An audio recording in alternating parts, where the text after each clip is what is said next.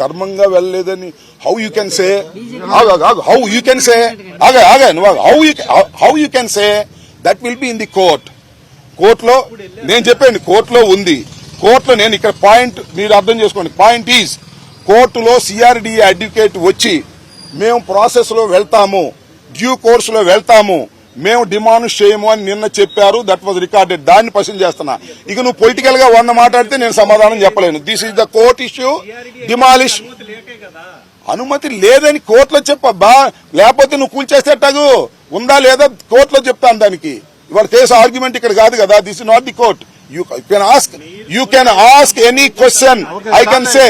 అంతేగాని ఊరినే నువ్వేదో నీ ఇష్టం అడిగి నన్ను ఇబ్బంది పెట్టాలనుకుంటే ధర్మం కాదు. ఒక్కటి మాత్రం చెప్తున్నా, కోర్టులో డ్యూ ప్రాసెస్ అని చెప్పినటువంటి వారు డ్యూ ప్రాసెస్ చేయలేదు. అవసరం లేదు, డ్యూ ప్రాసెస్ చేయలేదు. ఇది చట్ట వ్యతిరేకం.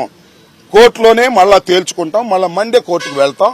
కోర్టులో కంటెంప్ట్ వేస్తాం. కోర్టు వాళ్ళు చెప్పారు కాబట్టి we can see in the court. Honourable కోర్టులో మేము చూస్తాం. నువ్వు సామాన్యుడు వద్దులే, ఇప్పుడు తర్వాత మాట వద్దులే. అవన్నీ in depth we can course. అది మొత్తం కోర్టులో తేలాల్సిన అంశం. ఈ రోజు ఉదయం సుమారుగా 4-5 గంటల సమయంలో వైఎస్ఆర్ కాంగ్రెస్ పార్టీ రాష్ట్ర ఆఫీస్ నిర్మాణంలో ఉన్న కట్టడాన్ని నిర్దాక్షిణ్యంగా బుల్డోజర్లు ఇతరిత్రా ఉన్న వాహనాలను తీసుకొచ్చి సుమారుగా ఒక 2 గంటల్లోనే పూర్తిగా నిర్మాణంలో ఉన్నటువంటి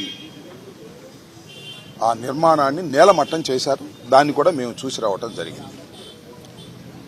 ఇది వైఎస్ఆర్ కాంగ్రెస్ పార్టీ ఆఫీస్ కొరకు నిర్మించుకోవాలనేటువంటి ఉద్దేశంతో రాష్ట్ర వ్యాప్తంగా అనేక ప్రాంతాల్లో ప్రభుత్వ స్థలాలను క్యాబినెట్లో పాస్ చేసుకుని వైఎస్ఆర్ కాంగ్రెస్ పార్టీకి కేటాయించుకోవటం జరిగింది. ఇదేదో వైఎస్ఆర్ కాంగ్రెస్ పార్టీ అధికారంలోకి ఉన్నది కాబట్టి మేము తీసుకొచ్చినటువంటి సాంప్రదాయం కాదు ఇది. ఇంతకు ముందు తెలుగుదేశం పార్టీ కూడా బయటకు వెళ్ళి తెలుగుదేశం పార్టీ కూడా వారు అధికారంలో ఉన్నప్పుడు ప్రభుత్వ స్థలాలను వారి ఆఫీసులకు కేటాయించుకొని రాష్ట్ర వ్యాప్తంగా అనేక నిర్మాణాలు చేపట్టిన మాట మీ అందరికీ తెలుసు. ముఖ్యంగా ఇవాళ తాడేపల్లిలో ఉన్నటువంటి వాళ్ళ సెంట్రల్ ఆఫీసు కూడా ప్రభుత్వ స్థలంలో నిర్మించబడినదే. దానిలో ఇంకా కొద్దిగా వాగు పోరంబోక అది కూడా ఆక్రమించుకున్నారనేటువంటి అభియోగాలు ఉన్నాయి. అది కోర్టులో కూడా డిస్ప్యూట్ నడుస్తూ ఉన్నది. మేము ఇక్కడ చాలా పాయింట్అవుట్ చేయాలనుకుంటున్నటువంటి అంశం ఏమిటంటే, నిర్మాణంలో ఉన్నటువంటి మా భవనాన్ని నిర్దాక్షిణ్యంగా కక్ష సాధింపుతో ఈ నిర్మాణాన్ని కూల్చివేయటాన్ని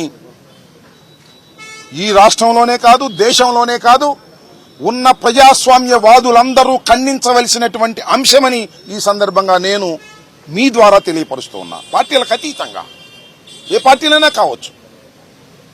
ఇవాళ తెలుగుదేశం పార్టీ అధికారంలో ఉండవచ్చు, కూటమి అధికారంలో ఉండవచ్చు.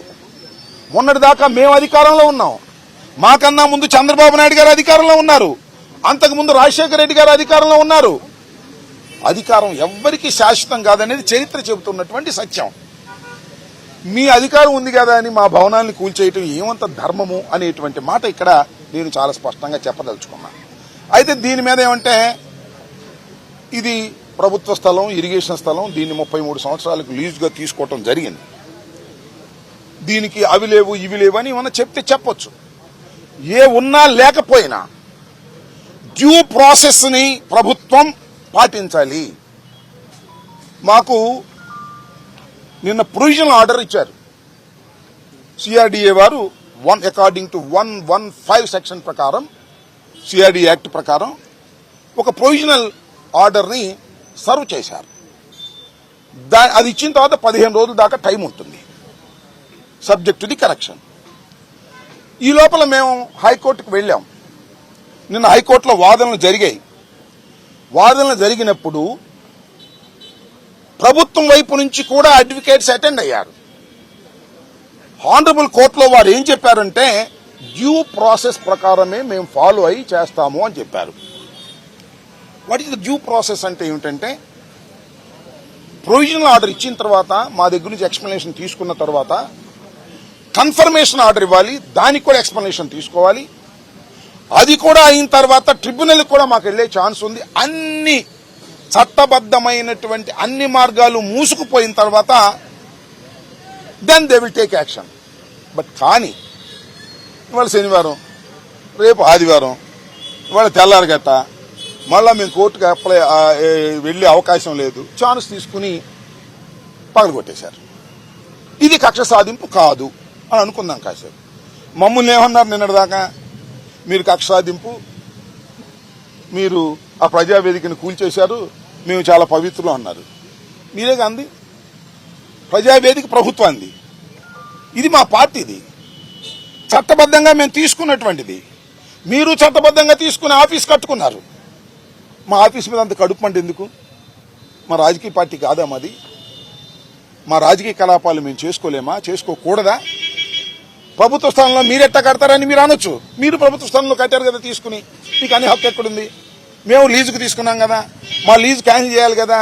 ఎన్ని చట్టబద్దమైనటువంటి అంశాలు ఉన్నాయి. ఇవన్నీ వదిలేసి కక్షపూరితంగా మీరు ఇవాళ వైఎస్ఆర్ కాంగ్రెస్ పార్టీకి సంబంధించినటువంటి, మాకు ఇవాళ 11 రావచ్చు, ఒకప్పుడు 151 వచ్చాయి, అయినా మాకు 40% ఆఫ్ ది షేర్ ఉంది వాళ్ళ రాష్ట్రంలో. మా రాజకీయ పక్షానికి ఎందుకు ఈ కడుపు మంట? ఇది ధర్మమేనా? నారా చంద్రబాబు నాయుడు గారు ఆలోచించాలి. ముఖ్యమంత్రిగా 4వసారి మీరు ప్రమాణ స్వీకారం చేశారు. చట్టబద్దమైన పరిపాలన చేస్తామన్నారు. కక్ష సాధింపులు ఉండవన్నారు. What is this?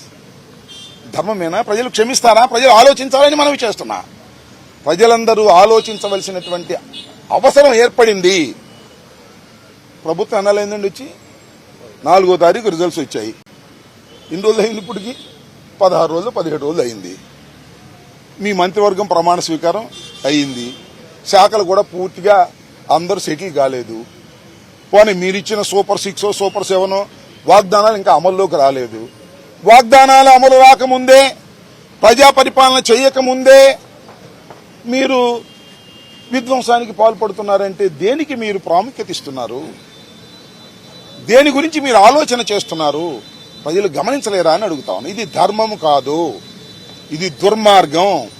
ఈ దుర్మార్గాన్ని ప్రజాస్వామ్యంలో ఏ రాజకీయ పక్షాలు క్షమించకూడదని మీ ద్వారా వారికి నేను విజ్ఞప్తి చేస్తున్నాను.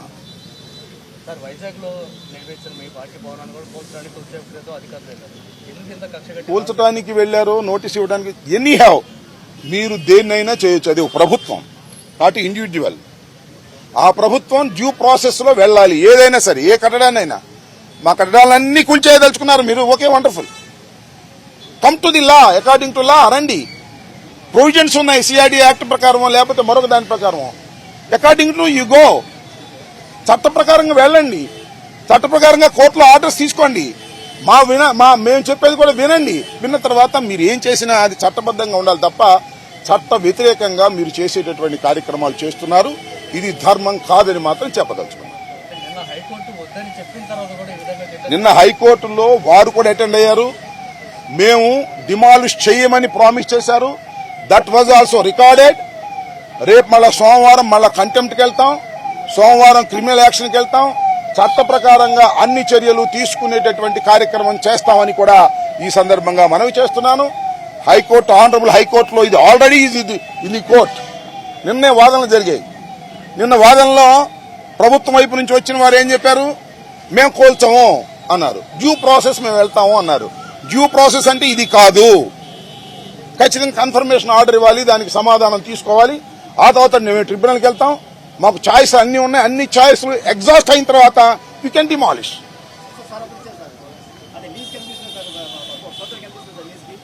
అది నాకు డీటెయిల్స్ నాకు ఇప్పుడు గుర్తులే చెప్తాను. అదే ఒక్క నిమిషం 1000 రూపాయలకి తీసుకున్నామా? నా దగ్గర దానికి డీటెయిల్స్ లేవు. 1000 రూపాయలకి తీసుకున్నామా, ₹1,00,000 తీసుకున్నా, that is a different matter. That was released. అదంతా వాళ్ళు తీసుకున్నారు కదా తమ్ముడు, వాళ్ళు తీసుకున్నారుగా.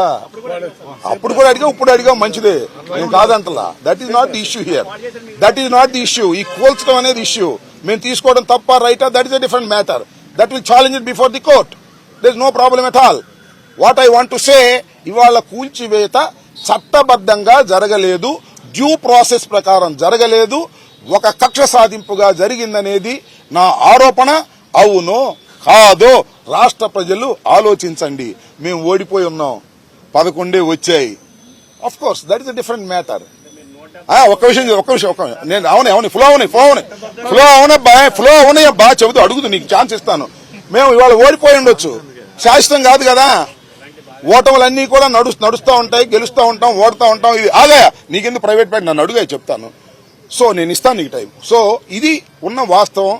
కాబట్టి ఇది కక్ష సాధింపు చర్య అని మేము చెప్పదలుచుకున్నాం. మీరు అడగండి సార్.